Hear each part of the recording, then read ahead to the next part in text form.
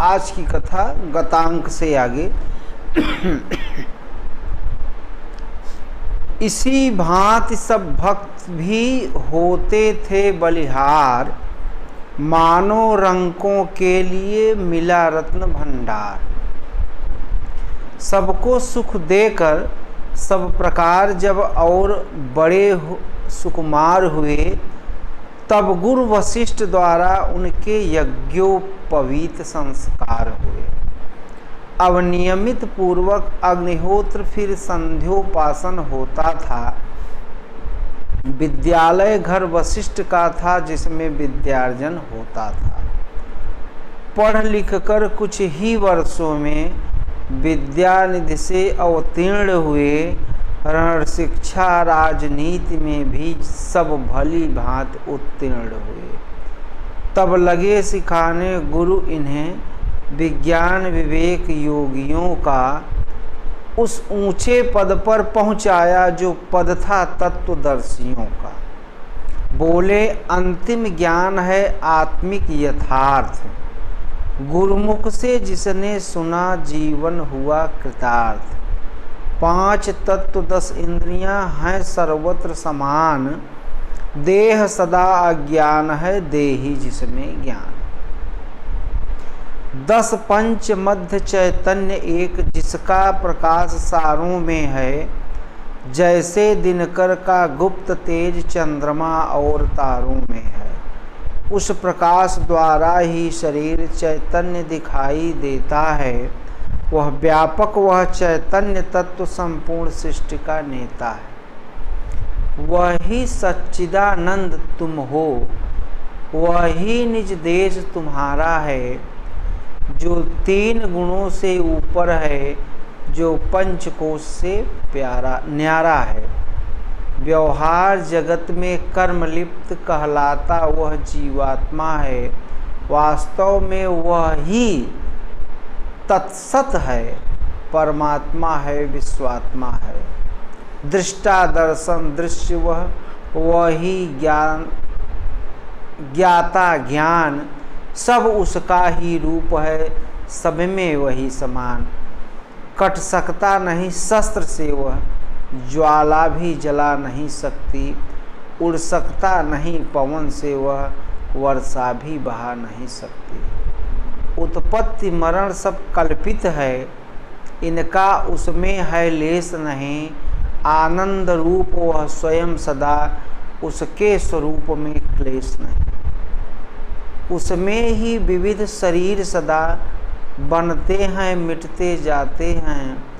जिस भांति पुराने होने पर वस्त्रादि बदलते जाते हैं। आत्मा कांत स्वरूप है, देह भ्रांत ही भ्रांत। इसी बात पर एक अब देते हैं दृष्टांत। मुट्ठी के घड़े विविध विध हैं, सबके सब जल से भरे हुए।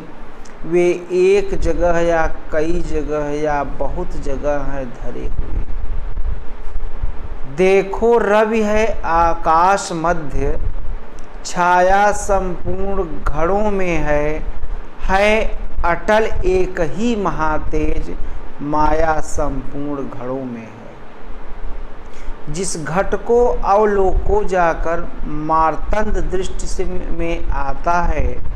नाना स्वरूप में नाना विविध, नाना प्रकाश दिखलाता है।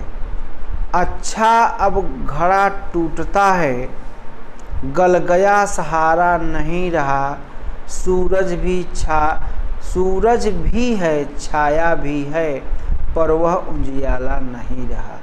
इसी भांति संसार में घट रूपी है देह, छाया रूपी जीव का यही निश्चित गेय। श्री सूर्य रूप है एक ब्रह्म, जो सब पर तेज डालता है। यद्यपि अव्यक्त यथार्थ वही, पर नाना रूप भासता है। जो घड़ा टूटता जाता है, वह सब मट्टी ही मट्टी है। छाया फिर दृष्टि नहीं आती, यही धोखे की टट्टी है। वास्तव में सूर्य देव भी हैं, छाया भी कहीं नहीं जाती, ऐसे ही ब्रह्म एक रस है, माया भी कहीं नहीं जाती। छाया का आना जन्म हुआ, जाना मरना कहलाता है। सोचो तो जन्म न मरण कहीं, सब स्वप्न दृष्टि में आता है।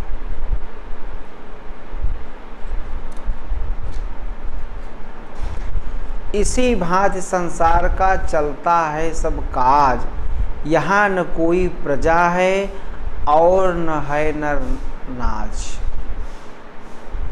तुम सच्चे बनो कर्मयोगी, निष्काम करो कर्तव्य सदा, निज ज्ञाना नल में भस्म करो, होतव्य और हवितव्य सदा। जिस भांत सृष्टि का मूल तत्व सर्वव्यापक चेतन ही है, नरमंडल के सुख का त्यों ही अच्छे नृप का शासन ही है। प्राकृतिक चक्र जब चलते हैं, थल को तब जल कर देते हैं, राजाओं के भी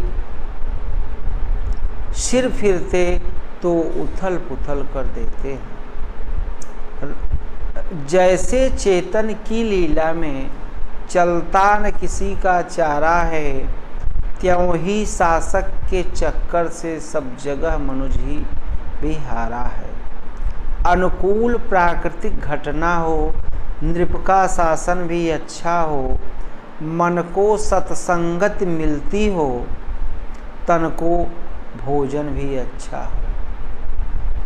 संबंधी नातेदार सभी व्यवहार ठीक निज रखते हैं हो, सच्चाई और नियम पूर्वक व्यापार सभी के चलते हैं। इतना बानक जब बन जाए, अच्छा कहलाता जीवन है, अन्यथा अशांत में तो व्याकुल ही रहता तन मन है। तुम राजा के कुंवर हो, रखना कुल की लाज, जब वह अवसर आए तो करना अच्छा राज। ईश्वर सा ऐश्वर्य ही रखता है अवनीश, इसलिए तो नृपत भी कहलाता है ईश। जग में आते रहेंगे सदा शोक या हर्ष, बात बात में यहाँ पर होता नित संघर्ष। ऐसे संग्राम अखाड़े में वे पहलवान लड़ सकते हैं, जो समय समझ चढ़ सकते हैं, कुछ समय निहार पढ़ सकते हैं। इन सब घटनाओं में रहकर मस्तिष्क हृदय भी ठीक रहे, शारीरिक तथा मानसिक सब अवयव आशय भी ठीक रहे, तब हो सकता है महाकार्य। तब कर्मवीर कहलाओगे, जब उसके पहले ज्ञानवान गंभीर धीर बन जाओगे। ऐसा बनने का मार्ग यही निष्काम हृदय करना होगा, परहित कर्तव्य लक्ष्य रखकर निज स्वार्थ स्वल्प कर रखना होगा। सुख दुख सामने आए, जो वह धर्म देख के ही समझो, नाटकशाला जैसे दिखाओ, इस सारी जगती के ही समझो।